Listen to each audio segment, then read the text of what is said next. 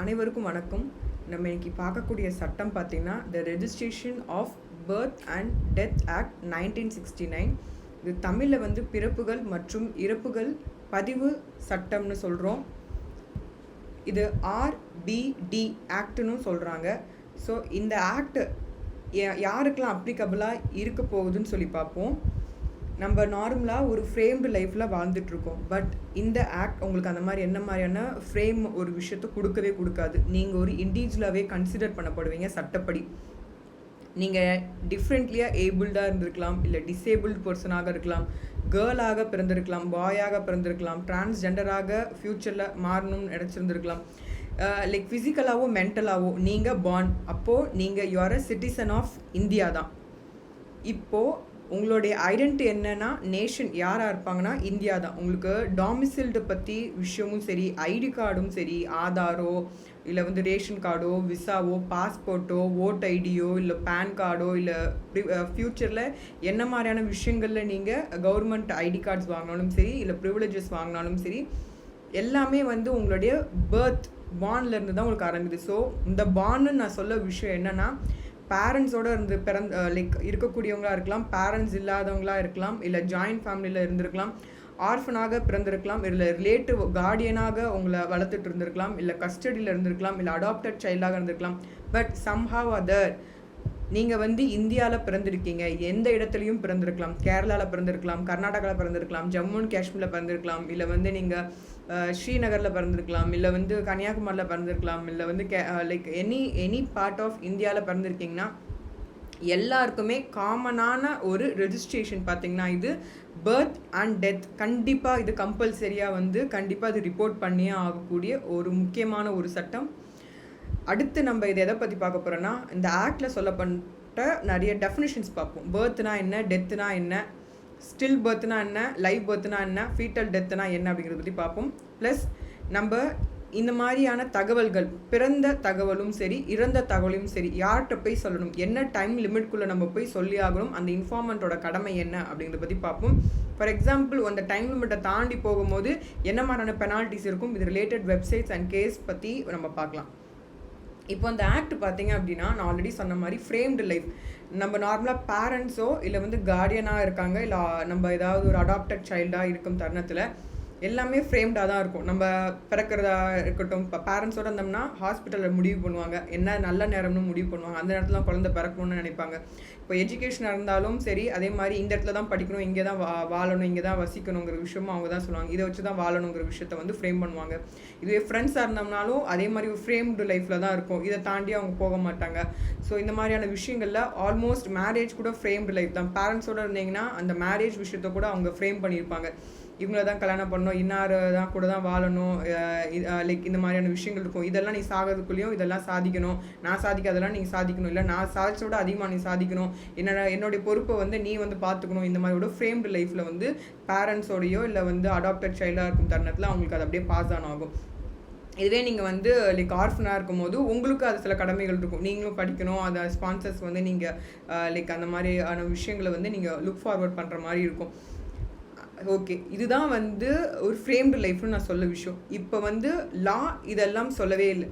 Very unframed life. உங்களுக்கு பிடிச்ச மாதிரி வாழ்க்கை நீங்கள் வாழ்கிறதுக்கும், நீங்கள் வந்து எந்த ஊரில் எங்கே பிறந்தாலுமே you are citizen of India. நீங்கள் டிஃப்ரெண்ட்லி ஏபிள்டாக பிறந்தாலும், இல்லை வந்து இங்கே வந்து லைக் பாயாக கேர்ளாக பிறந்திருந்தாலும் சரி, you are recognised by India. நீங்கள் எந்த கல்லூரியிலையோ எந்த பள்ளிக்கூடத்தில் படிச்சிருந்தாலும் சரி, கவர்மெண்ட் ஸ்கூலில் படித்தாலும் சரி, ப்ரைவேட் ஸ்கூலில் படித்தாலும் சரி, யூஎஸ் போய் படித்தாலும் சரி, யூகேல போய் படித்தாலும் சரி, நீங்கள் இந்தியா நாட்டு சிட்டிசனாக கருதப்படுவீங்க. நீங்கள் யாரை திருமணம் செஞ்சாலும் சரி, இப்போ இருக்கக்கூடிய அட் ப்ரெசென்ட்டில் டிரான்ஸ்ஜெண்டர்ஸ் மேரேஜ் பண்ணாலும் சரி, இல்லை வந்து நீங்கள் எல்ஜிபிடிக்யூவில் யாரை திருமணம் செஞ்சாலும் சரி, இல்லை நீங்கள் ஆணை கல்யாணம் பண்ணாலும் சரி, இல்லை வந்து லைக் வீட்டில் சொல்லி கல்யாணம் பண்ணாலும் சரி, உங்களுக்கு பிடித்தவங்களுக்கு கல்யாணம் பண்ணாலும் சரி, எல்லா கல்யாணமும் எல்லா திருமணமும் சட்டம் அங்கீகரிக்கிறது. அதுக்கான ஃபுல் சப்போர்ட் வந்து உங்களுக்கு லா கொடுக்குது. இதே மாதிரி ஜாப் ஆப்பர்ச்சுனிட்டிஸ்லையுமே உங்களுக்கு கவர்மெண்ட் வந்து நீங்கள் எங்கே இருந்தாலும் சரி, எங்கே வாழ்ந்திருந்தாலும் சரி, என்ன கல்வி படிச்சிருந்தாலும் சரி, எல்லாருக்குமே வந்து வேலை வாய்ப்பு கொடுக்குது. பட் ஸ்டில் நம்ம வந்து லா வந்து நம்ம இம்பார்ட்டன்ஸ் வந்து தெரிஞ்சுக்கிறது கிடையாது. அந்த சட்டத்தோடைய விஷயங்களை நம்ம தெரிஞ்சுக்காமல் இருக்கிறதோடைய ட்ராபேக்னால சில நேரங்களில் சட்டத்தை நம்ம திட்டுறோம். இப்போ இந்த ஆக்ட் எவ்வளோ முக்கியமான ஆக்ட்னு இப்போ உங்களுக்கு நேரத்துக்கு புரிஞ்சிருக்கணும். So the registration of birth and death act 1969 நீங்கள் இந்தியா கோட்லேயே நீங்கள் டவுன்லோட் பண்ணி இந்த ஆக்டை நீங்கள் கண்டிப்பாக படிக்கணும். இது வந்து நம்ம ப்ரியாம்பிள் கான்ஸ்டியூஷன் ஆஃப் இந்தியா படிக்கும் போது ப்ரியாம்பிள் பற்றி உங்களுக்கு இன்டெப்த்தாக உங்களுக்கு நான் எக்ஸ்பிளைன் பண்ணுறேன். இப்போ நம்ம இந்த ஆக்டுக்குள்ளே போயிடலாம். இந்த ஆக்டில் பார்த்தீங்கன்னா டோட்டலாக வந்து 5 சாப்டர்ஸ் சரிங்களா, இல்லை 32 செக்ஷன்ஸ் இருக்குது. இதில் ரொம்ப ரொம்ப இம்பார்ட்டண்டான செக்ஷன்ஸை இப்போ நான் உங்களுக்கு எக்ஸ்பிளைன் பண்ணுறேன். இப்போது இதோடைய ஸ்ட்ரக்சர் சாப்டர் 1, 2, 3, 4, 5னு இருக்குது. ஸோ நம்ம வந்து நார்மலாக வந்து ஃபஸ்ட் சாப்டர் எப்பவுமே ப்ரிலிமினரியாக இருக்கும். 5th சாப்டர் எப்பவுமே வந்து மிஸ்லரி, ஐ மீன் எது வந்து லாஸ்ட்டாக சாப்டர் வருதோ அது வந்து மிஸ்லரிஸில் வந்துடும். ஸோ நிறைய ஆக்ட் இனிமேல் சாப்டர், ஏன்னா செக்ஷனாக தான் உங்களுக்கு இன்ன வரைக்கும் நான் சொல்லியிருக்கேன். 16 செக்ஷன்ஸோ 32 செக்ஷன்ஸோ அந்த மாதிரி தான் சொல்லியிருக்கேன். சாப்டர் வைஸை நான் இன்னும் எக்ஸ்பிளைன் பண்ணதில்லை. ஸோ இந்த சாப்டர் வரும், பார்ட்ஸ்லாம் வரும். ஸோ இந்த ஆக்டை பொறுத்த வரைக்கும் சாப்டர் 5 சாப்டர் இருக்குது. இது மட்டும் இப்போதைக்கு ஞாபகம் வச்சுக்கோங்க. இல்லை நம்ம இந்த எஸ்டாப்ளிஷ்மெண்ட் இருக்குல்ல, ரெஜிஸ்ட்ரேஷன் எஸ்டாப்ளிஷ்மெண்ட், அப்புறம் வந்து registration of birth and death, maintenance of records and ஸ்டாட்டிஸ்டிக்ஸில் ரொம்ப இம்பார்ட்டன்ஸ் கொடுத்து நம்ம செக்ஷன்ஸ் கொஞ்சம் இன்டெப்த்தாக படிப்போம். இப்போ ப்ரிலிமினரியில் சாப்டர் 1ல் இதோடைய பெயர் என்னன்னு ஆல்ரெடி சொல்லிட்டேன். இது எங்கெல்லாம் வந்து அப்ளிகபிள்னு ஆல்ரெடி நான் சொல்லிட்டேன் உங்களுக்கு. ஸோ ஹோல் ஆஃப் இந்தியா முழுக்க இது வந்து காமன். ஒரு விஐபி வீட்டில் இருந்தாலும் சரி, இல்லை நீங்கள் வந்து கிராமத்தில் இருந்தாலும் சரி, இல்லை வந்து நீங்கள் வந்து எங்கே பிறந்திருந்தாலும் சரி, நீ வீட்டில் பிறந்திருந்தாலும் சரி, ஹாஸ்பிட்டலில் பிறந்திருந்தாலும் சரி, ரோட்டில் பிறந்திருந்தாலும் சரி, இல்லை காட்டுக்குள்ளே பிறந்திருந்தாலும் சரி, நீங்கள் எந்த இடத்துல மழை பெய்யும் போது பிறந்திருந்தாலும் சரி, வெயில் அடிக்கும் போது பிறந்திருந்தாலும் சரி, இதெல்லாம் அப்பாற்பட்டு எந்த மொழி நாடு இடமாக இருந்திருந்தாலும் சரி, நீங்கள் என்ன மொழி பேசுகிறவங்க மத்தியில் பிறந்திருந்தாலும் சரி, நீங்கள் வந்து இந்த நாட்டு சிட்டிசன்னு நீங்கள் அங்கீகரிக்கப்பட போகிறீங்க இந்த ரெஜிஸ்ட்ரேஷன் ஆஃப் பர்த்க்கு அப்புறமா. அண்ட் டெத் ஆக்டில் நம்ம வந்து இது ஒவ்வொன்றா பார்ப்போம். ஸோ இது ஹோல் ஆஃப் இந்தியா, என்ன மொழி பேசினாலும், என்ன விதமான ரிலீஜன் ஃபாலோ பண்ணாலும், எங்கே இருந்தாலும் சரி, யார் கூட இருந்தாலும் சரி, உங்களுடைய பர்த் வந்து அங்கீகரிக்கப்படுகிறது. You are a citizen of India. உங்களோட identity is India. So nationality நம்ம என்ன சொல்லுவோம், இந்தியான்னு சொல்லுவோம். இதான் ஐடென்டி வந்துடுது. இப்போ இந்த பர்த்னா என்ன, எல்லாரும் பிறக்கிறதுன்னு சொல்கிறாங்க. இந்த பர்த் சட்டப்படி என்ன மாதிரி டிஃபைன் பண்ணியிருக்காங்கன்னு சொல்லி பார்க்கறதுக்கு முன்னாடி, இந்த சட்டத்தில் பர்டிகுலராக பர்த்தை வந்து 2 விஷயத்தை கனெக்ட் பண்ணியிருக்காங்க. ஒன்று பர்த்தாக இருக்கலாம், இல்லை ஸ்டில் பர்த்தாக இருக்கலாம் சொல்லிட்டு ஏல வந்து பர்த்க்கான டெஃபினேஷன் சொல்லியிருக்காங்க. இந்த பிறப்பு என்பது என்ன சொல்லியிருக்காங்க அப்படின்னு சொல்லி பார்த்தீங்கன்னா, 2 விதத்தில் அவங்க சொல்லியிருப்பாங்க பிறப்பு. ஒன்று வந்து லைவ் பர்த், இன்னொன்று வந்து ஸ்டில் பர்த். இது ரொம்ப இம்பார்ட்டன்ட் சரிங்களா. ஸ்டில் பர்த்தில் வந்து ஃபீட்டல் டெத்துன்னு ஒரு விஷயம் வந்து கனெக்ட் பண்ணியிருக்கோம். டெத் அப்படிங்கிறது வந்து லைவ் பர்த்னு சொல்லியிருக்கோம் சரிங்களா. இதில் ரொம்ப ரொம்ப முக்கியமான ஒரு செக்ஷன் வந்து 2D லைவ் பர்த் கான்செப்ட் உங்களுக்கு கண்டிப்பாக புரியணும். இந்த 2D லைவ் பர்த்னா என்ன அப்படின்னா, உயிர் பிறப்பு அப்படின்னு சொல்கிறாங்க சரிங்களா. தமிழில் நல்லா கவனிங்க. இந்த டெஃபினிஷனில் ஒரு தாய் வயிற்றுலேருந்து வெளியே முழுமையாக நீங்கள் கொண்டு வரப்படுறீங்க. அந்த குழந்தை சுவாசிக்குது சரிங்களா, ப்ரீத் பண்ணுது சரிங்களா. ப்ரெக்னன்சிலேருந்து குழந்தை வெளியே வருது.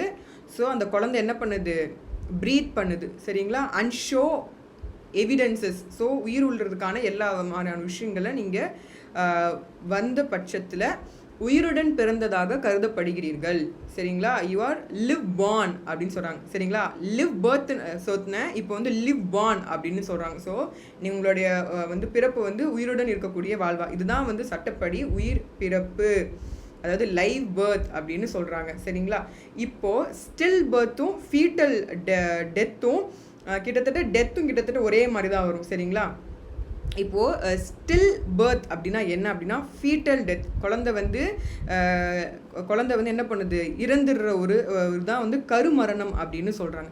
இப்போது ஃபீட்டல் டெத் அப்படின்னா என்ன அப்படின்னா கருமரணம் அப்படின்னு சொல்கிறாங்க. இந்த கருமரணம் அப்படிங்கிறது என்ன, முழுமையாக அந்த குழந்தை வந்து அடையிறதுக்கு முன்னாடியே இறந்து போயிடுறது. ஸோ அதை தான் வந்து ஃபீட்டல் டெத் அப்படின்னு சொல்கிறாங்க சரிங்களா. ஏல வந்து பர்த் சொல்லியிருக்காங்க, டியில் வந்து லைவ் பர்த் சொல்லியிருக்காங்க, ஜியில் வந்து ஸ்டில் பர்த் சொல்லியிருக்காங்க, சியில் வந்து ஃபீட்டல் டெத் சொல்லியிருக்காங்க. இப்போ டெத்துனா என்ன, இறப்பு என்றால் என்ன அப்படின்னா, லைவ் பர்த்னு சொன்னல டெஃபினேஷன், உயிர் மூச்சு விடுறது, அந்த மாதிரி ஒரு விஷயம் நின்று போகும்போது சரிங்களா, அதை தான் டெத்துன்னு சொல்கிறாங்க. மரணம் என்பது உயிருக்கு பிறகு எந்த நேரத்திலும் வாழ்க்கையின் அனைத்து ஆதாரங்களும் நிரந்தரமாக மறைந்து விடும். அதாவது என்ன சொல்கிறாங்க, டெத்துனா என்னது, இறந்து போகிறது மூஞ்சி நிற்கிறது மட்டும் இல்லை, permanent disappearance of all evidence of life at any time after live birth so has taken place அப்படின்னு சொல்லியிருக்காங்க. சரி, இதுதான் வந்து சட்டப்பூர்வமாக சொல்லக்கூடிய டெஃபினிஷன். சரிங்களா, அடுத்து சாப்டர் 2க்குள்ளே போயிடலாம். ரெஜிஸ்ட்ரேஷன் ஆஃப் எஸ்டாப்ளிஷ்மெண்ட்டில் உங்களுக்கு டெசிக்னேஷன் பற்றி சொல்லியிருப்பாங்க. ரெஜிஸ்ட்ரார் ஜெனரல்னால் யார், இவங்க சென்ட்ரல் கவர்மெண்ட்டில் அப்பாயிண்ட் ஆயிருப்பாங்க, செக்ஷன் 3ல் சொல்லியிருப்பாங்க. இவங்க கூட வேறு யார் அப்பாயிண்ட் ஆயிருப்பாங்கன்னு சொல்லி பார்த்தீங்கன்னா சூப்பரண்டென்ட் இருந்திருப்பார். இவங்களுடைய டைரக்ஷனில் ரிப்போர்ட்ஸ் எல்லாம் ஆனுவல் ரிப்போர்ட் அவங்க சப்மிட் பண்ணுவாங்க. செக்ஷன் 4ல் என்ன சொல்லியிருப்பாங்கன்னு சொல்லி பார்த்தீங்கன்னா சீஃப் ரெஜிஸ்ட்ரார் யார் அப்பாயிண்ட் பண்ணுவாங்க அப்படின்னா உங்களுக்கு ஸ்டேட் கவர்மெண்ட். இவங்களுக்கு போக வேறு யார் அப்பாயிண்ட் பண்ணிப்பாங்க, சூப்பரண்டென்ட் இருப்பாங்க. இவங்க என்ன பண்ணுவாங்க, ஸ்டேட் பேஸ் பண்ணியிருக்கக்கூடிய சீஃப் எக்ஸிக்யூட்டிவ் அத்தாரிட்டிக்கு இவங்க டைரக்ஷன்ஸ் கொடுப்பாங்க. அண்ட் இவங்க என்ன பண்ணுறாங்க, அந்த சீஃப் ரெஜிஸ்ட்ரார் கோஆர்டினேட் பண்ணுவாங்க, யூனிட்டியை வேலை பார்க்கறதுக்கும் ப்ரிப்பேர் பண்ணுறதுக்கும் இந்த மாதிரி ரிப்போர்ட்ஸ் வந்து சப்மிட் பண்ணுறதுக்கும் செக்ஷன் 19 clause 2ல் இருக்கக்கூடிய ப்ரொசீஜர்ஸ் எல்லாத்தையும் ஃபாலோ பண்ணுவாங்க. செக்ஷன் 5ல் என்ன சொல்கிறாங்கன்னா ரெஜிஸ்ட்ரேஷன் டிவிஷன்ஸ். ஸோ ஒவ்வொரு டிவிஷன்ஸ் பார்த்தீங்கன்னா உங்களுக்கு உங்களுக்கு டிஸ்ட்ரிக்ட் டு டிஸ்ட்ரிக்டாக உங்களுக்கு கொடுக்கணும் இல்லையா. ஸோ அதை பற்றி வந்து செக்ஷன் 5ல் வந்து இன்டெப்த்தாக சொல்லியிருப்பாங்க. இந்த மாதிரியான ஸ்டேட் கவர்மெண்ட்டில் அஃபிஷியல் கெசட்டில் இந்த டெரிட்டரி ஆஃப் ஸ்டேட்டாக இருக்கட்டும் இல்லை டிஃப்ரெண்ட் ரெஜிஸ்ட்ரேஷன் டிவிஷன்ஸ் எல்லாம் இருக்கலாம் அப்படின்னு சொல்லி செக்ஷன் 5ல் சொல்லியிருப்பாங்க. செக்ஷன் 6ல் என்ன சொல்லியிருக்காங்கன்னு சொல்லி பார்த்தீங்க அப்படின்னா உங்களுக்கு டிஸ்ட்ரிக்ட் ரெஜிஸ்ட்ரார் பற்றி சொல்லியிருப்பாங்க. சரிங்களா, டிஸ்ட்ரிக்ட் ரெஜிஸ்ட்ரார் இந்த மீன்ஸ் இந்த இடத்துல என்ன சொல்லியிருக்காங்கன்னா ஸ்டேட் கவர்மெண்ட் அப்பாயிண்ட் பண்ணுவாங்க, ஒவ்வொரு ரெவென்யூ டிஸ்ட்ரிக்ட்லேயுமே இருப்பாங்க. இல்லை இது மட்டும் அல்லாது number of additional district registrar general வந்து கண்ட்ரோலும் டைரக்ஷன் பண்ணுற மாதிரி ஒரு கான்செப்டில் வரும். சரிங்களா, இதுலேயும் வந்து பார்த்திங்கன்னா சூப்பரண்டென்ட் இருப்பாங்க, எக்ஸிக்யூஷனான விஷயங்கள் எல்லாமே வந்து செய்வாங்க. சரிங்களா, இவங்க வந்து சீஃப் ரெஜிஸ்ட்ராரோட கண்காணிப்பில் ரிப்போர்ட் பண்ணுற மாதிரியும் இருக்கும். இந்த மாதிரியான ஹைராக்கி தானே, அவங்க எப்பயுமே அந்த மாதிரியான விஷயங்கள் இருக்கும். இப்போ செக்ஷன் 7 பார்க்க போகிறோம். ரெஜிஸ்ட்ரார் என்றால் என்ன, இவங்கள தான் நம்ம அடிக்கடி ரெஜிஸ்ட்ரார் போயிட்டு நம்ம பண்ணுவோம். ஸோ இவங்களோட ரெஜிஸ்ட்ரார் மட்டும் தான் தெரியும், பட் மேலே இருக்க ஹைராக்கி சரியா தெரிஞ்சுக்கிறதுக்காக தான். செக்ஷன் 7ல் இந்த ரெஜிஸ்ட்ராருங்கிறவங்க என்னெல்லாம் பண்ணுவாங்க அப்படின்னு சொல்லி பார்க்கலாம். ஃபஸ்ட் அண்ட் ஃபார்மோஸ்ட் திங், இவங்க வந்து ஒரு லோக்கல் ஏரியாவில் ஒரு முனிசிபாலிட்டியோ பஞ்சாயத்துலேயோ இல்லை அதர் லோக்கல் அத்தாரிட்டியோ இல்லை எனி அதர் ஏரியாலேயோ இல்லை கம்பைன்ட் ஆஃப் 2ஆவோ அவங்க இருக்கலாம். ஸோ நம்ம இருக்கக்கூடிய முனிசிபாலிட்டி பஞ்சாயத்துலலாம் ரெஜிஸ்டர் இவங்கள தான் நம்ம பார்க்குறோம். சரிங்களா, அடுத்து பார்த்தீங்க அப்படின்னா அது பதிவாளர்கள். சரிங்க, பதிவாளர் இருக்கும் சொல்கிறோம்ல நம்ம நார்மலாக, அவங்க தான் பதிவாளர்கள் சொல்லுவோம். அது வந்து லைக் உங்களுக்கு வந்து மாவட்ட பதிவாளர்கள்னு சொல்லுவோம், அப்புறம் தலைமை பதிவாளர்னு சொல்லுவோம். அந்த ஹைராக்கியில் மாநில அப்படின்னு சொல்லி பதிவாளர் சொல்லுவோம். இப்போ பதிவாளரில் பொது இந்தியா அப்படின்னு சொல்கிறது இது தமிழில் நம்ம சொல்லக்கூடிய வார்த்தை. So coming back to the concept, section 7 registrar பதிவாளர் அப்படிங்கிறது வந்து ஒரு வந்து முனிசிபலில் இருக்கலாம், இல்லை வந்து அவர் வந்து ஒரு பஞ்சாயத்து போர்டில் இருக்கலாம். இந்த மாதிரியான ஒவ்வொரு ரெஜிஸ்ட்ராரும் என்ன பண்ணுவாங்க அப்படின்னா செக்ஷன் 8 and 9 படி தான் அவங்க வந்து ஃபாலோ பண்ணுவாங்க, ஜுடிஷியேஷன் ஃபாலோ பண்ணுவாங்க. லோக்கல் ஏரியாவில் இவங்களை அப்பாயிண்ட் பண்ணுவாங்க, இல்லை வந்து சப் ரெஜிஸ்ட்ராருமே இருப்பாங்க, அவங்க அப்பாயிண்ட் பண்ணுவாங்க. அதை நம்ம அடுத்த பாயிண்ட்ல நம்ம பார்க்கலாம். ஸோ இவங்களுடைய வேலை பொறுப்புலாம் என்னன்னா, for example approval of the chief registrar மூலிமா ரெஜிஸ்ட்ரார் என்ன பண்ணலாம், ஒரு சப் ரெஜிஸ்ட்ராரை அப்பாயிண்ட் பண்ணி அசைன் பண்ணி அந்த ஜுடிஷியேஷன் உங்களுக்கான பவர்ஸ் அண்ட் டியூட்டிஸ் பற்றி அவங்க எக்ஸ்பிளைன் பண்ணலாங்கிறத பற்றி சொல்லியிருக்க செக்ஷன் தான் 7. இப்போ செக்ஷன் 8 போகிறதுக்கு முன்னாடி சாப்டர் 3 நம்ம பார்க்கலாம். சாப்டர் 3ல் வந்து registration of birth and death, பதிவு செய்யக்கூடிய பிறப்பு மற்றும் இறப்புகள் பற்றி பதிவு செய்கிறத பற்றி தான் சாப்டர் 3ல் பேசியிருப்பாங்க. அதில் செக்ஷன் 8 வெரி வெரி இம்பார்ட்டன்ட். ஏன் சொல்கிறேன் அப்படின்னா, ஃபார் எக்ஸாம்பிள் A கிளாஸ் என்ன சொல்கிறாங்கன்னா, ஒரு குழந்தை வந்து வீட்டிலே பிறந்துருது அப்படின்னா யார் வந்து அந்த குழந்தை வந்து பிறந்துருச்சுன்னு யார் சொல்லுவாங்க அப்படின்னா வீட்டில் இருக்கக்கூடிய தலைவராக கருதப்படக்கூடிய நபர். ஃபார் எக்ஸாம்பிள் அவர் இல்லாத பட்சத்தில், இப்போ ரெசிடென்ட்டும் நான் ரெசிடென்ட்டும் சரிங்களா, இப்போ அவர் இல்லாத பட்சத்தில் யார் பண்ணுவாங்க, அவங்க பக்கத்தில் இருக்கக்கூடிய சொந்தக்காரவங்க வீட்டில் இருக்கக்கூடிய தலைவர் அவர் இருக்கும் பட்சத்தில் அவர் போய் இந்த மாதிரி குழந்தை பிறந்துருச்சுன்னு சொல்லலாம். ஃபார் எக்ஸாம்பிள் இந்த சொந்தக்காரங்களும் அங்கே இல்லை அப்படின்னா யார் பண்ணலன்னா வீட்டில் மூத்த தலைவராக இல்லை மூத்த நபராக ஒரு சீனியர் சிட்டிசனாக ஓல்டஸ்ட் அடல்ட் மேல் பர்சன் வந்து அந்த டைமில் அந்த இடத்துல இருக்கும்போது அவங்க போயிட்டு ரிப்போர்ட் பண்ணலாம். சரிங்களா, யார்கிட்ட ரிப்போர்ட் பண்ணலான்னு லேட்டர் பாயிண்ட்டை சொல்கிறேன். இப்போ B என்ன சொல்லியிருக்காங்க, B கிளாஸ் என்ன ஃபார் எக்ஸாம்பிள் ஒரு ஹாஸ்பிட்டல்லையோ பிறந்த குழந்தை வந்து எங்கெல்லாம் பிறந்திருக்கு அப்படின்னு சொல்கிறேன், அதாவது பாசிபிலிட்டி சொல்கிறாங்க. பியில் வந்து ஃபார் எக்ஸாம்பிள் ஹாஸ்பிட்டல்லையோ ஹெல்த் கேர்லையோ மெட்டர்னிட்டிலையோ ஒரு நர்சிங் ஹோம்லையோ ஒரு இன்ஸ்டியூஷன்லையோ இல்லை பிறக்கும் சமயத்தில் சரிங்களா மருத்துவமனையிலையோ இல்லை அதை சார்ந்து இருக்கக்கூடிய இடங்களில் பிறக்கும் சமயங்களில் இந்த குழந்தையோட பிறப்பை வந்து எங்கே எக்ஸ்பிளைன் பண்ணியிருக்காங்க, யார்கிட்ட சொல்லலாம் அப்படின்னு சொல்லி பார்த்தீங்க அப்படின்னா உங்களுக்கு வந்து அந்த அங்கே இருக்கக்கூடிய அங்கே அட்டண்டண்ட்டாக இருப்பாங்க பார்த்தீங்களா, அந்த பர்டிகுலர் ஆஃபீஸரே வந்து இன்டிமேட் பண்ணிடுவாங்க சரிங்களா, மெடிக்கல் ஆஃபீஸரு. இல்லைனா அந்த மெடிக்கல் ஆஃபீஸரை பிஹாஃபாக அங்கே இருக்க வேலை செய்கிறவங்க அவங்க சொல்கிறவங்க வந்து அவங்க வந்து ரிப்போர்ட் பண்ணலாம், குழந்தை பிறந்துருச்சுன்னு சொல்லிட்டு ஹாஸ்பிட்டலில் இருக்கவங்க சொல்லலாம். ஃபார் எக்ஸாம்பிள் ஜெயிலில் இருக்கும்போது குழந்தை அங்கே பிறக்குது, தாய் வயிற்றில் வந்து குழந்தை அங்கே பிறந்ததுன்னா ஜெயிலர் இன்சார்ஜ் யாராக இருக்காங்களோ அவங்க வந்து ரிப்போர்ட் பண்ணுவாங்க சரிங்களா. இதே தான் வைஸ் வர்ஸா டெத்துக்கு வரும். அடுத்து டி கிளாஸ் என்ன சொல்லியிருக்காங்கன்னா, இப்போ ஃபார் எக்ஸாம்பிள் இப்போது அந்த டி வந்து கொஞ்சம் காம்ப்ளிகேட்டடாக இருக்கும் சரிங்களா. டி என்ன சொல்லியிருப்பாங்க அப்படின்னா, ஃபார் எக்ஸாம்பிள் நீங்கள் வந்து என்ன பண்ணுறீங்க, ஒரு தர்மசாலாலேயோ ஒரு ஹாஸ்டல்லையோ தங்கியிருக்கீங்க, இல்லை ஒரு சத்திரத்தில் வந்து நீங்கள் தங்கியிருக்கீங்க, இல்லை ஒரு பப்ளிக் ரெசார்ட்டில் ஒரு ஹோட்டலில் நீங்கள் தங்கிட்டு இருக்கீங்க. அப்படி இல்லைன்னா ஒரு டாடி ஷாப்லேயோ இல்லை வந்து பராக்லேயோ ஒரு லாட்ஜிங் ரூம்லையோ இல்லை ஒரு போர்டிங் ஹவுஸ்லேயோ இருந்துட்டு இருக்கும்போது அங்கே ஒரு குழந்தையோ இல்லை வந்து யாரோ ஒரு இறக்குறாங்க, ரெண்டுமே ப்ளே ஆகும். அப்போ வந்து யார் அங்கன்னா அங்கே பர்சன் இன்சார்ஜ் யாராக இருக்காங்களோ அந்த ஹோட்டலில் இருக்காங்க, இல்லைனா வந்து லைக் அந்த ரெசார்ட்டில் இருக்கோம் யாரை வந்து முதலாளியோ இல்லை அங்கே வேலை பார்த்துட்டு இருக்கக்கூடிய ஹையர் ஒரு மேனேஜர் இருக்கார் அப்படின்னா அவர் வந்து இதை பற்றி நான் வந்து இன்டிமேஷன் வந்து சொல்லணும்.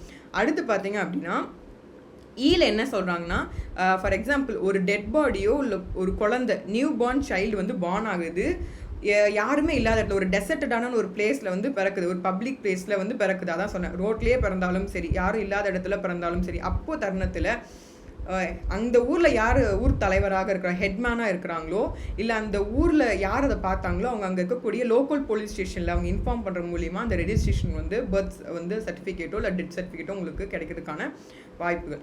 அடுத்து எஃப் அப்படிங்கிற இடத்துல கிளாஸ் என்ன சொன்னால், இதில் லைக் இது எனி அதர் பிளேஸாக இருந்தாலுமே ப்ரிஸ்கிரைப் பண்ண முறையில் வந்து ஃபாலோ பண்ணுவாங்க சரிங்களா. இதை பற்றி 8 வந்து ரொம்ப டீட்டெயிலாக எக்ஸ்பிளைன் பண்ணியிருக்காங்க. எல்லா பாசிபிலிட்டிஸ் ஆஃப் பர்த் அண்ட் டெத்தை பற்றி பேசியிருக்காங்க. ஸோ இப்போ நான் பேசுறது எல்லாமே வந்து பர்த் அண்ட் டெத்தை பற்றி தான் நான் சொல்கிறேன் சரிங்களா. யாரும் பிறந்தாலும் சரி யாரும் இறந்தாலும் சரி யார் ரிப்போர்ட் பண்ணும். இப்போ அடுத்து பாருங்களா, செக்ஷன் 9 வந்து special provision regarding birth and death in plantation. For example tea மாதிரி தோட்டம் இருக்கும்ல, செக்ஷன் 9 என்ன சொல்லுதுன்னா, தோட்டத்தில் பிறகு தேயிலையோ காப்பி தோட்டத்துலையோ இல்லை மிளகுலையோ இல்லை லைக் ஏலக்காய் வளரக்கூடிய தோட்டத்துலையோ இல்லை வந்து டிம்பர் மாதிரி வளரக்கூடிய தோட்டத்துலையோ இந்த மாதிரி இடங்களில் பிறக்கும்போது இந்த மாதிரியான விஷயங்களை வந்து யார் தகவல் சொல்லுவாங்க அப்படின்னு சொல்லி பார்த்தீங்க அப்படின்னா, இந்த இடத்துல அவங்க அங்கே இருக்கக்கூடிய மேனேஜரோ இல்லை சூப்பரண்டோ அந்த இடத்துல யார் இருக்காங்களோ, யார் அந்த இடத்துல பொறுப்பாளியாக இருக்காங்களோ, அந்த லேபர்ஸ்க்கு யார் இருக்காங்களோ அவங்க வந்து இன்சார்ஜ் யாராக இருக்காங்களோ அவங்க வந்து இதை பற்றி ரிப்போர்ட் வந்து பண்ணுவாங்கன்னு சொல்லி இது ஒரு ஸ்பெஷல் ப்ரொவிஷன் வந்து கொடுத்துருக்காங்க 9. அடுத்த செக்ஷன் 10 என்ன சொல்கிறாங்கன்னா, duty of certain person to notify birth and details to certify the cause of death அப்படின்னு சொல்கிறாங்க. அதை ஃபார் எக்ஸாம்பிள் ஏதோ ஒரு தருணத்திலேயே ஒரு குழந்தை பிறந்திருக்கு இல்லை இறப்பு ஏதோ ஏற்பட்டிருக்கு அப்படின்னா யாரோடைய கடமை பற்றின்னு சொல்லி கடமை பற்றி செக்ஷன் 10 பேசியிருக்காங்க. இந்த செக்ஷன் 10ல் அவங்க இன்னும் குறிப்பிட்டு சொல்ல போனோம்னா அவங்க எதை வந்து மென்ஷன் பண்ணியிருக்காங்கன்னு சொல்லி பார்க்கலாம். ஃபார் எக்ஸாம்பிள் இந்த பிறப்பு மற்றும் அந்த இறப்புகளை பற்றி அறிவிக்கிறது யாரெல்லாம் அப்படின்னு சொல்லி பார்த்தீங்கன்னா, இவங்களுக்கு யாருக்கெல்லாம் கடமைன்னு சொல்லியிருக்காங்கன்னா, இது என்ன சொல்கிறாங்கன்னா மிட் வைஃப்னு சொல்கிறாங்க. அதாவது மருத்துவச்சியாக இருக்கலாம் இல்லை பிற மருத்துவராக இருக்க சமயங்களில் அவங்க வந்து இதை பற்றி டிஸ்போசல் ஆஃப் த டெட் பாடியாக இருந்தாலும் சரி பிறக்கிறதாக இருந்தாலும் சரி அவங்க வந்து அவங்களுடைய ப்ரெசன்ஸில் இது வந்து அவங்களுடைய கடமைன்னு சொல்லியிருக்காங்க. அடுத்து பார்த்தீங்க அப்படின்னா செகண்ட் கிளாஸ் என்ன சொல்லியிருக்காங்கன்னா, இப்போ ஒரு எடுத்துக்காட்டுக்கு ஒருத்தவங்க வந்து இறந்து போனாங்க அப்படின்னா அங்கே வந்து ஃபார் எக்ஸாம்பிள் அந்த இடத்துல ஒரு ஓனரோ இல்லை வந்து ஒரு கீப்பரோ யாராவது வந்து இது வேலைகளை செஞ்சிட்ருக்காங்க, இறந்த உடல்களை வந்து அடக்கம் செய்கிறாங்க அப்படின்னா அவங்க என்ன மாதிரியான கடமைகளோடு செய்யணும்னா அங்கே இருக்கக்கூடிய ஒரு லோக்கல் அத்தாரிட்டியோட ப்ரெசன்ஸில் தான் அவங்க அந்த disposal of the dead bodies வந்து பண்ணணும் அப்படின்னு சொல்லியிருக்காங்க. லைக் இதுதான் வந்து அவங்க சொல்லியிருக்காங்க. நான் அடுத்து வந்து பார்த்தீங்கன்னா 3 கிளாஸில் என்ன சொல்லியிருக்காங்கன்னு சொல்லி பார்த்தீங்கன்னா, இப்போ ஒரு ஸ்டேட் கவர்மெண்ட் வந்து பிஹாஃப் யார் டிசைன் பண்ணியிருக்காங்களோ டெசிக்னேஷன் கொடுத்துருக்காங்களோ அவங்களுக்கும் வந்து கடமை இருக்குது இதை பற்றி நோட்டிஃபை பண்ணுறதுக்கு. பர்த் ஆர் டெத் எதுவாக வேணால் இருக்கலாம். இதை பற்றி அவங்க வந்து என்ன பண்ணும், அதை அட்டன் பண்ணியிருப்பாங்க பார்த்தீங்களா, அங்கே குழந்தைய வந்து அட்டன் பண்ணாங்களா இருக்கட்டும் இல்லை இறந்தவங்க வந்து அட்டன் பண்ணதாங்களா இருக்கட்டும், அவங்க என்ன பண்ணும் அப்படின்னா அந்த ரெஜிஸ்ட்ரார்கிட்ட அந்த டைம்லி அண்ட் மேனரில் ப்ரிஸ்கிரைப் மேனரில் அவங்களுக்கு இதை பற்றி சொல்லணும்னு சொல்கிறது கடமைன்னு சொல்லியிருக்காங்க.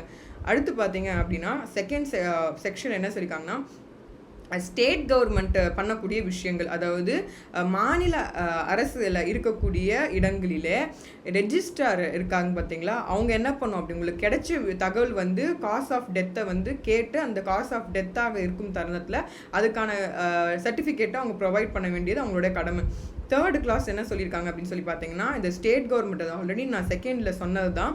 இந்த மாதிரி காஸ் ஆஃப் டெத் வந்து அப்டேன் ஆன அந்த ஈவெண்ட் இடமும் அந்த விஷயத்தை எப்படி தெரிஞ்சுக்கலாம் உண்மையிலேயே இறந்துருக்காங்கன்னா, அவங்க ஃபார் எக்ஸாம்பிள் வயதானவங்கலாம் பார்த்தீங்கன்னா நோயில் இருந்து அவங்க கஷ்டப்பட்டு இருந்திருப்பாங்க. அந்த இல்னஸ் வந்து பார்த்து ட்ரீட்மெண்ட் கொடுத்த டாக்டர்ஸ் மெடிக்கல் ப்ராக்டிஸ்னரோ இல்லை வேறையாவது சம்மந்தப்பட்டு யாராவது இருக்காங்கன்னா அவங்களுடைய நாலேஜ், அதாவது best of his knowledge and belief the cause of death என்னவா இருக்குன்னு சொல்லிட்டு சொல்லும் தருணத்தில் இந்த டெத் சர்டிஃபிகேட்டில் அவங்களுக்கு அது மென்ஷன் பண்ணி கொடுக்கறதுக்கு அந்த பதிவாளர் வந்து ரெடி பண்ணி கொடுப்பாங்க. இப்போ section 11 informant to sign the like இந்த ரெஜிஸ்டர். இப்போது இந்த தகவல் வந்து சொல்கிறாங்க செக்ஷன் 11ல் ஓரலாவோ ரிட்டன்லேயோ சொல்ல வேண்டியது அந்த இன்ஃபார்மண்ட்டோட கடமை. யாராக இருந்தாலும் சரி, அவங்க எழுத படிக்க தெரியாதவங்களாக இருந்தாங்கன்னா அவங்களுடைய தம் இம்ப்ரெஷன் வாங்கிப்பாங்க. நேம் அண்ட் டிஸ்கிரிப்ஷன், அந்த பிளேஸ் வந்து லைக் அவங்க இருக்கும் இடம் எது அப்படின்னு சொல்லி கேட்டு தெரிஞ்சுப்பாங்க. அந்த இது வந்து என்ட்ரி போட்டுப்பாங்க, அந்த ரெஜிஸ்டர் போட்டுப்பாங்க. இதை பற்றி இன்ஃபார்மண்ட்டை வந்து சைன் பண்ணணுங்கிறது செக்ஷன் 11. செக்ஷன் 12ல் என்ன சொல்லியிருக்காங்கன்னு சொல்லி பார்த்தீங்கன்னா, இப்போ கிடைத்த தகவல் எல்லாத்தையுமே அவங்க வாங்கிக்கலாம் அப்படிங்கிறத பற்றி சொல்கிறது வந்து சான்றுகள் வந்து வாங்கிக்கலாம்னு சொல்லி செக்ஷன் 8 and 9 அடிப்படையில் அந்த அந்த மாதிரி சாறுகளை வந்து வாங்கிக்கலாங்கிறது செக்ஷன் 12 சொல்லியிருக்கோம். இதே மாதிரி செக்ஷன் 13ல் என்ன சொல்லியிருக்காங்கன்னு சொல்லி பார்த்தீங்க அப்படின்னா, delayed registration of birth and death. For example நீங்கள் வந்து அந்த டைம்குள்ளே சொல்லலை. ஃபார் எக்ஸாம்பிள் இன்னும் இன்டெப்த்தாக சொல்லணும்னா 30 நாளுக்குள்ளே, இப்போ ரீசெண்டில் வந்து 21 டேஸ்க்கு கொடுத்துருக்காங்க. பட் இப்போ ஆக்டில் என்ன சொல்லியிருக்காங்கன்னா 30 டேஸ்க்குள்ளே என்ன பண்ணுங்க இன்ஃபர்மேஷனை சொல்லிடணும்னு சொல்லியிருக்காங்க. அது டிலே ஆகும் பட்சத்தில், அதாவது 30 டேஸை தாண்டி இல்லை 1 வருஷத்துக்குள்ளே நீங்கள் போகிறீங்க, 30 நாள் ஆகிடுச்சு, 1 வருஷத்துக்குள்ளே போய் இன்டிமேட் பண்ணும்போது உங்களுக்கு பேமெண்ட் அண்ட் உங்களுக்கு வந்து அஃபிடவிட் வந்து ஃப்ரம் த நோட்டரி பப்ளிக் கிட்டேருந்து வாங்குற மாதிரி இருக்கும். இல்லைனா வந்து ஒரு ஸ்டேட் கவர்மெண்ட்டை ரெஃபரன்ஸ் பண்ணுற ஒரு பர்சன் கிட்ட நீங்கள் வந்து வாங்கி ரிட்டர்ன் பெர்மிஷன் வந்து நீங்கள் வாங்கணும். ஏன்னா நீங்கள் வந்து 30 டேஸை தாண்டி டிலேவாக நீங்கள் வந்து அந்த குழந்தை வந்து பிறந்திருக்கோ இல்லை இறப்பு பற்றியோ சொல்லும் தருணத்தில் உங்களுக்கு வந்து இந்த டிலேக்கான உங்களுக்கு வந்து ஃபைன் போடுவாங்க, இல்லை அதுக்கான ஃபீஸ் வந்து அவங்க வாங்குவாங்க, பேமெண்ட் ஃபீ இருக்கும். இதுக்கும் இன்னொன்று பியாண்ட் 1 இயர் சொல்லி போகும்போது நீங்கள் தகவலே சொல்ல 1 வருஷம் ஆகி சொல்லலை, இறந்தவங்களும் சொல்லலை, இல்லை பிறந்த குழந்தையும் சொல்லலை. இந்த இடத்துலையும் பார்த்தீங்க அப்படின்னா இது அப்படியே சாதாரணமாக விட முடியாது. ஸோ மேஜிஸ்ட்ரேட் கிட்ட நீங்கள் ஃபஸ்ட் கிளாஸ் மேஜிஸ்ட்ரேட்ல ஒரு பிரசிடென்சி மேஜிஸ்ட்ரேட்க்கு என்ன பண்ணுவோம், நீங்கள் சொன்ன விஷயங்கள்லாம் வந்து கரெக்டாக தான் இருக்கான்னு சொல்லிட்டு அவர் ஆர்டர் கொடுத்தா தான் நீங்கள் இந்த விஷயத்தை செய்ய முடியும். ஏன்னா அந்த 4th வந்து நிலுவை பற்றி சொல்லும், எத்தனை நாள் வந்து நிலுவையில் இருந்துகிட்ருக்கு அந்த இன்ஃபர்மேஷன் சொல்லாமங்கிறது வந்து அவங்க கண்டுபிடிச்சி. ஏன்னா வந்து இறந்தவங்க வந்து பேங்க்கில் வந்து அவருக்கு ஏதாவது பென்ஷன் அமௌண்ட் வந்துட்டு இருக்கும், அது 1 வருஷம் நீங்கள் சொல்லாமல் வாங்கிட்டு இருப்பீங்க, அது எப்படி விட முடியும்? அந்த மாதிரியான விஷயங்களில் வந்து தகவல்களை வந்து கேட்டு தெரிஞ்சு உங்களுக்கு மாதிரியான ஆக்ஷன்ஸ் ஏதாவது இருந்ததுன்னா அவங்க வந்து பேசுவாங்க. அதனால் அந்த தகவல்களை அப்பப்போ பக்கத்தில் இருக்கக்கூடிய ரெஜிஸ்டர் ஆஃபீஸ்லையோ இல்லை நீங்கள் ஆன்லைன் மூலியமாகவும் நீங்கள் தகவல் கொடுக்கணுங்கிறதுக்காக இந்த சட்டம் இந்த அளவுக்கு ஸ்ட்ரிக்டாக சொல்லியிருக்கு. செக்ஷன் 14 பார்த்தீங்கன்னா registration of name of child. அதே மாதிரி குழந்தை பிறந்திருக்கு அப்படின்னா குழந்தைக்கு வந்து பேர் வைக்கணும், என்ன இனிஷியல் வைக்க போகிறீங்க, என்ன வந்து டேட் ஆஃப் என்ட்ரி, அப்போ குழந்தை பிறந்தது, அந்த டைம், இது ரெண்டுத்தையும் இதெல்லாம் முக்கியமான விஷயங்கள் நீங்கள் வந்து ஞாபகம் வச்சுக்க வேண்டிய விஷயங்கள். பேரண்டாக இருக்கலாம், கார்டியனாக இருக்கும் பட்சத்தில் இது மாதிரி விஷயங்களை வந்து நீங்கள் கண்டிப்பாக வந்து கொடுக்கணும். செக்ஷன் 15ல் என்ன சொல்கிறாங்க பார்த்தீங்கன்னா, கரெக்ஷனாக இல்லைனா ஒரு கேன்சலேஷன் ஆஃப் என்ட்ரி இந்த register of birth or death. இப்போ நீங்கள் சொன்ன தகவல் வந்து சரியா இல்லாத பட்சத்தில் பொய்யா சொல்லியிருக்கீங்க, மிஸ்இன்ஃபர்மேஷன் சொல்லியிருக்கீங்க. அதை நான் சொன்னேன்ல, இப்போ ஒரு பென்ஷன் வருது, அந்த இது வந்து நீங்கள் காசை அனுபவிக்கிறதுக்காக என்ன பண்ணுறீங்க, இறந்த செய்தியை நீங்கள் சொல்லாமல் அனுபவிச்சுட்டு இருக்கும் பட்சத்தில் இல்லை ஏதாவது டவுட் வருது, இல்லை நீங்கள் சொன்னதில் பொய்ன்னு சொல்லி அந்த பதிவாளர்களுக்கு தெரியும் பட்சத்தில், இல்லை அந்த ஸ்டேட் கவர்மெண்ட்லேருந்து யாரோ ஒரு அஃபீஷியல் மூலிமா நீங்கள் ஃப்ராடு பண்ணியிருக்கீங்க, இம்ப்ராப்பராக பண்ணியிருக்கீங்க, இந்த மாதிரி தருணத்தை அவங்க அதை கேன்சலும் பண்ணுவாங்க, அதை ஏற்றுக்க மாட்டாங்க. செக் பண்ணிவிட்டு அவங்க இன்ஸ்பெக்ஷன் பண்ணிட்டு தான் அதை பண்ணுறதை பற்றி சொல்கிறது தான் அந்த பர்டிகுலர் செக்ஷன். சாப்டர் 4ல் என்ன சொல்கிறோன்னா maintenance of record and statistics. இந்த பர்டிகுலர் செக்ஷனில் 17 ரொம்ப முக்கியமான செக்ஷன். ஏன் அப்படின்னா வந்து search of birth and death பற்றி சொல்லியிருக்கோம். ரெஜிஸ்டர் வந்து பண்ணுறதுக்கான விஷயத்தை வந்து சர்ச் சொல்லியிருப்பாங்க. ஏன்னா நீங்கள் சொன்ன தகவல் உண்மையாக இருக்கலாம், பொய்யாமல் இருக்கலாம். ஸோ அவங்க வந்து என்ன பண்ணுவாங்க, அது வந்து அவங்க எப்போனாலும் வந்து அதை வந்து பார்த்து அவங்க கன்ஃபார்ம் பண்ணுறதுக்கான விஷயத்தை வந்து 17 வந்து சொல்லியிருக்கோம். இது மாதிரியான, அதாவது லைக் அடுத்து பார்த்தீங்கன்னா செக்ஷன் 16 என்ன சொல்லியிருக்காங்க, register to keep the register and prescribe form. So அவங்களுக்கு இருக்கக்கூடிய ஃபார்மேட்டை உங்களை மெயின்டைன் பண்ண பற்றி 16ல் சொல்லியிருப்பாங்க. அண்ட் 18 என்ன சொன்னால் இன்ஸ்பெக்ஷன் ஆஃப் ரெஜிஸ்ட்ரேஷன் ஆஃபீஸர். அது எப்போ வேணால் அவர் வந்து என்ன பண்ணலாம், இன்ஸ்பெக்ட் பண்ணலாம், ஆமாவா இல்லையான்னு சொல்லிட்டு டிஸ்ட்ரிக்ட் ரெஜிஸ்ட்ரார் வந்து செக் பண்ணுவாங்க. ஸோ இருந்தது உண்மைதானா இல்லை பிறந்தது உண்மைதான்னு சொல்லி அவங்க வந்து கேட்டு தெரிஞ்சுப்பாங்க. அதோடைய அவங்களுடைய டியூட்டி, அவங்க கடமை. செக்ஷன் 19 பார்த்தீங்கன்னா ஒரு பப்ளிக் ஸ்டாட்டிஸ்டிக்கல் ரிப்போர்ட் வந்து அவங்க கண்டிப்பாக மெயின்டைன் பண்ணுவாங்க. இது வந்து சீஃப் ரெஜிஸ்ட்ரார் வந்து இந்த ரெஜிஸ்ட்ரார் வந்து கம்பைல் பண்ணி பப்ளிஷ் பண்ணுவார். இதான் வருஷம் வருஷம் இத்தனை பேர் பிறந்தாங்க, இந்த பேர் இறந்துட்டாங்க அப்படிங்கிற தகவல் சொல்கிறது வந்து ரொம்ப முக்கியமான ஒரு டேட்டா. அடுத்த செக்ஷன் லைக் சாப்டர் 5ல் என்ன பார்த்தீங்கன்னா மிஸ்லனியஸ். இதில் முக்கியமான செக்ஷன் பார்த்தீங்கன்னா 20. இந்த 20ல் என்ன சொல்கிறாங்க அப்படின்னா, ஃபார் எக்ஸாம்பிள் இவங்க வந்து இந்த ஸ்பெஷல் ப்ரொவிஷன் யாருக்காக பார்த்தீங்கன்னா registration of birth and death of citizen outside India. நம்ம நாட்டில் பிறந்திருப்பாங்க, வச்சுருப்பாங்க, ஃப்யூச்சரில் மேபி படிக்கிறதுக்கு போயிருந்துருக்கலாம், அங்கேயே கொஞ்ச நாள் செட்டில் ஆகியிருந்திருக்கலாம். பட் அவங்க திருப்பி ரிட்டர்ன் வராங்க, குழந்தையோட ரிட்டர்ன் வராங்கன்னா அப்போ என்ன கன்சிடர் 90 days லிமிட். அந்த குழந்தைங்க வந்ததுலேருந்து 90 days பீரியடில் அவங்க என்ன பண்ணுவோம், ரெஜிஸ்டர் பண்ணுவோம். ஃபார் எக்ஸாம்பிள் இவங்களும் பண்ணாத பட்சத்தில் இவங்களுக்குமே வந்து அதே ப்ராசஸ் தான். அவங்க வந்து சேம் அந்த நோட்ரி பப்ளிக் கிட்ட அவங்க வாங்கணும், அங்கே இருக்கக்கூடிய ஸ்டேட் அஃபிஷியல்ஸ் கிட்ட அவங்க வந்து அங்கீகாரம் பெறணும். ஸோ இந்த மாதிரியான விஷயம் அங்கேயுமே அங்கே ஃபாலோ ஆகும். சரிங்களா, அதை தான் வந்து இதில் சொல்லியிருப்பாங்க. So 60 days time limit. இன்னொரு ஆப்ஷன் என்னென்னா, for example Indian consult citizenship act 1955 பிரகாரம் 57 of 1955ல் ஃபார் எக்ஸாம்பிள் அவங்க அங்கேயே இருக்காங்களா, அங்கே அவங்க பண்ணலாம். இல்லாத பட்சத்தில் இங்கே வர போகிறாங்க, செட்டில் ஆக போகிற பட்சத்தில் 60 days கணக்கு. சரிங்களா, இதுதான் கிளாஸ் 1 and 2ல் சொல்லியிருப்பாங்க. அடுத்த முக்கியமான செக்ஷன்ஸில் பார்த்தீங்கன்னா 21ல் இருந்து உங்களுக்கு இது வரக்கூடிய ஒரு சில செக்ஷன்ஸ் ரொம்ப இம்பார்ட்டன்ட். அதில் 21, 22, 26, 27 எல்லாமே வந்து பவர்ஸ் பற்றி பேசும். இதில் பார்த்தீங்கன்னா 21 என்ன சார், ரெஜிஸ்ட்ரார் வந்து ஓரலாவோ ரைட்டிங்லையோ பண்ணணுங்கிறத பற்றி செக்ஷன் 21 சொல்லியிருக்கோம். அதான் வந்து power of register to obtain information regarding birth or death எப்படி பண்ணணுங்கிறத பற்றினா பவர்ஸ் வந்து சொல்லியிருப்பாங்க. இதே வந்து powers to give direction. So என்ன மாதிரியான டேரக்ஷன்ஸ்லாம் யார் கொடுப்பாங்க பார்த்தீங்கன்னா சென்ட்ரல் கவர்மெண்ட், ஸ்டேட் கவர்மெண்ட் கொடுக்குற ப்ரொசீஜர் தான் வந்து ஸ்டேட் கவர்மெண்ட் எக்ஸிக்யூட் பண்ணணும் பற்றி சொல்லியிருப்பாங்க.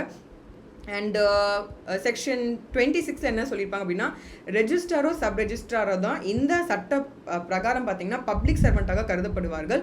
ஸோ நம்ம இந்த பார்த்தீங்கன்னா வந்து ஐபிசியை பேஸ் பண்ணி தான் உங்களுக்கு சொல்லியிருப்பாங்க. நம்ம ஆல்ரெடி உங்களுக்கு தெரியும் இந்த இதில் பார்த்தீங்கன்னா வந்து ஐபிசி. ஸோ ஐபிசி பிரகாரம் தான் ஃபாலோ பண்ணணும், அவங்க தான் வந்து பப்ளிக் சர்வெண்ட்னு பார்ப்பாங்க.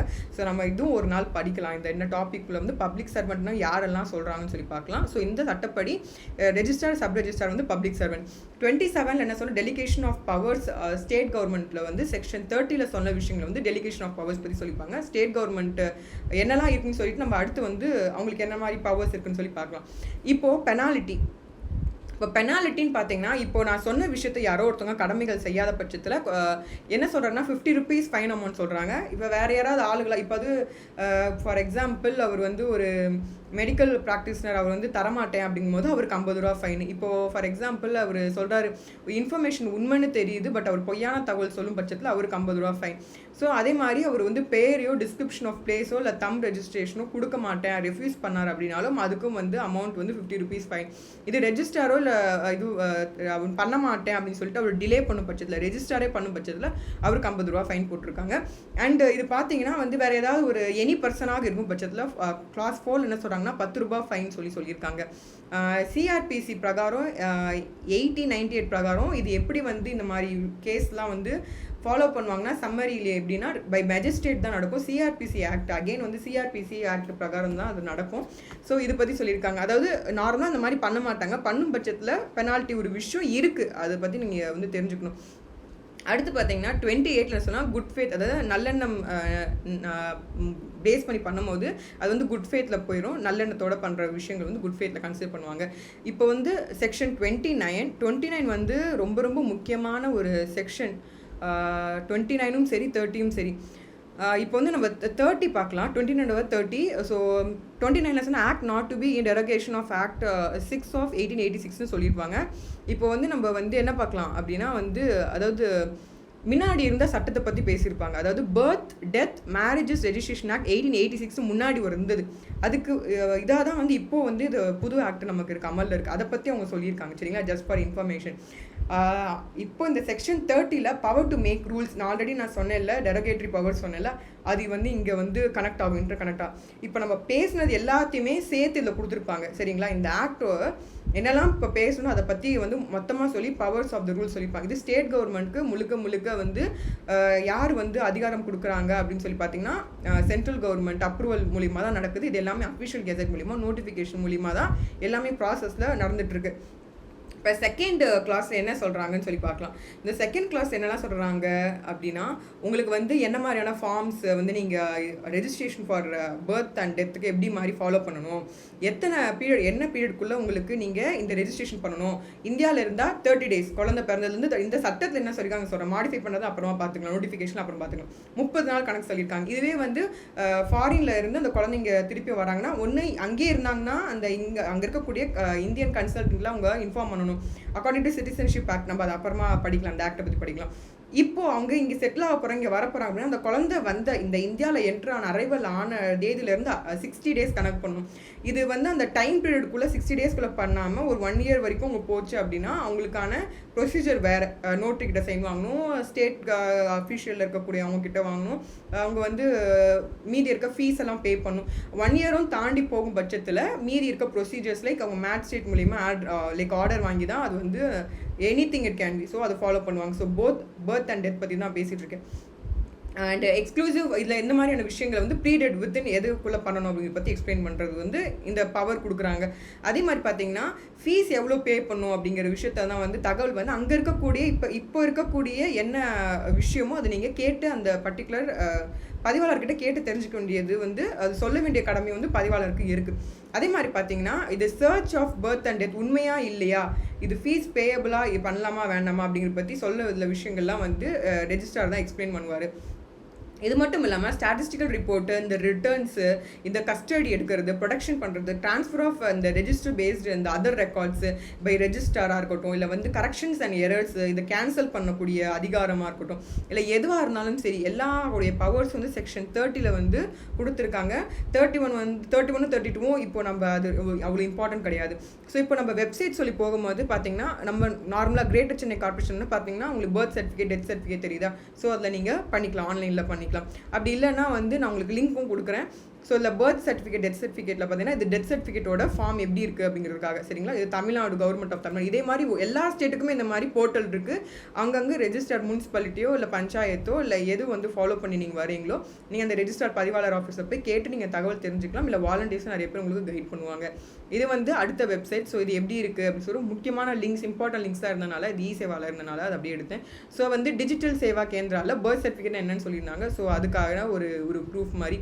அடுத்து பார்த்தீங்க அப்படின்னா வேர்ல்டோமீட்டர்னு இருக்குது. ஸோ இதெல்லாம் வாங்கிக்கிட்டே இருக்காங்களா, இதெல்லாம் யாருக்கிட்ட போகும், எப்படியெல்லாம் கேல்குலேட் பண்ணுறாங்க அப்படின்னு சொல்லி பார்த்தீங்கன்னா வேர்ல்டோமீட்டர் இது நான் அடிக்கடி பார்க்கக்கூடிய ஒரு வெப்சைட்டு.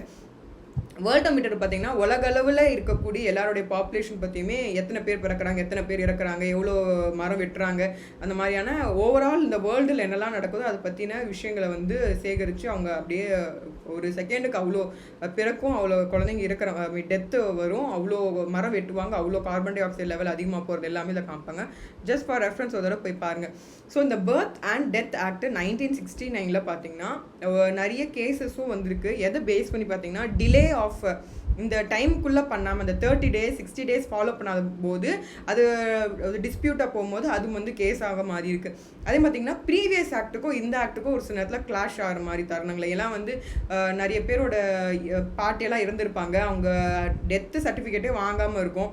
இப்போ வாங்கணுங்கிறது டாக்குமெண்ட் ரெஜிஸ்டரும் பண்ணியிருக்க மாட்டாங்க, அதை பற்றி இன்டிமேஷனும் பண்ணியிருக்க மாட்டாங்க, வேறு ஏதாவது மிஸ்யூஸ் ஆஃப் டாக்குமெண்ட் பண்ணிட்டு இருந்திருப்பாங்க, இல்லை ஏதாவது காசு சொத்து மாதிரியான விஷயங்களை வந்து அபகரிச்சுட்டு இருந்திருப்பாங்க. ஸோ அந்த மாதிரி இடத்துலலாம் வந்து உங்களுக்கு கண்டிப்பாக வந்து மேஜிஸ்ட்ரேட் லெவலில் போய் அந்த மாதிரி சம்மர் லெவலில் ட்ரையெல்லாம் முடிஞ்சு தான் வரும் உங்களுக்குலாம். அடுத்து பார்த்தீங்கன்னா இப்போ வந்து ரெஜிஸ்டரே பண்ணாமல் இருக்கும் பட்சத்தில் எப்படி இருக்குது, இந்த ரூல்ஸ் ஆக்ட் இருக்குது. இப்போ நம்ம நார்மலாக படிக்கிறது எல்லாமே ஆக்ட்டு, இப்போ வந்து ரூல்ஸ் தனியாக இருக்குது. ஸோ அது வந்து நம்ம லேட் பாயிண்ட் ஆஃப் டைமில் படிக்கலாம் அதை பற்றி. ஸோ இதை பற்றிலாம் இந்திய கானூன்லையோ இல்லை வேறு ஏதாவது கேஸ் லைக் ஏஐஆர் இருக்குது, நிறைய வந்து வெப்சைட்ஸ் இருக்குது, ஜட்ஜ்மெண்ட் லைவ்லாம் இருக்குது. ஸோ அதெல்லாம் நீங்கள் செக் பண்ணி பார்க்கலாம். இந்த பர்டிகுலர் ஆக்ட்டு எல்லாருமே தெரிஞ்சுக்க வேண்டிய ஆக்ட்டு. ஏன்னா பிறந்தாலும் சரி இறந்தாலும் சரி நம்ம இன் பிட்வீனில் இருக்கக்கூடிய எல்லா ஐடி கார்டு வாங்குறதா இருக்கட்டும், மற்ற நாடுகளுக்கு செல்வதாக இருக்கட்டும், இந்த நாட்டை விட்டு நீங்கள் வந்து வெளி யூஎன்லைக்கு நீங்கள் வந்து மார்க்ஸ்க்கே போனாலும் சரி நீங்கள் வந்து எல்லாமே ரெக்கார்டட் தான். ஸோ எவ்ரி திங் இஸ் ரெஜிஸ்டர்டான ஒரு விஷயம் தான். ஸோ இது வந்து நிறைய பேருக்கு இந்த சட்டத்தில் தான் பண்ணுறாங்க, நிறைய பேருக்கு தெரிஞ்சிருக்கும். பட் ஸ்டில் இது இன்டெப்த்தாக வந்து ஒரு வாட்டி நீங்கள் ஒரு முறை வந்து படித்து பார்க்கும்போது இன்னுமே வந்து நிறைய நுணுக்கமான விஷயங்கள் வந்து நீங்கள் தெரிஞ்சுக்கலாம். ஸோ இதை வந்து நீங்கள் ஒரு முறையாவது படித்து பாருங்கள்.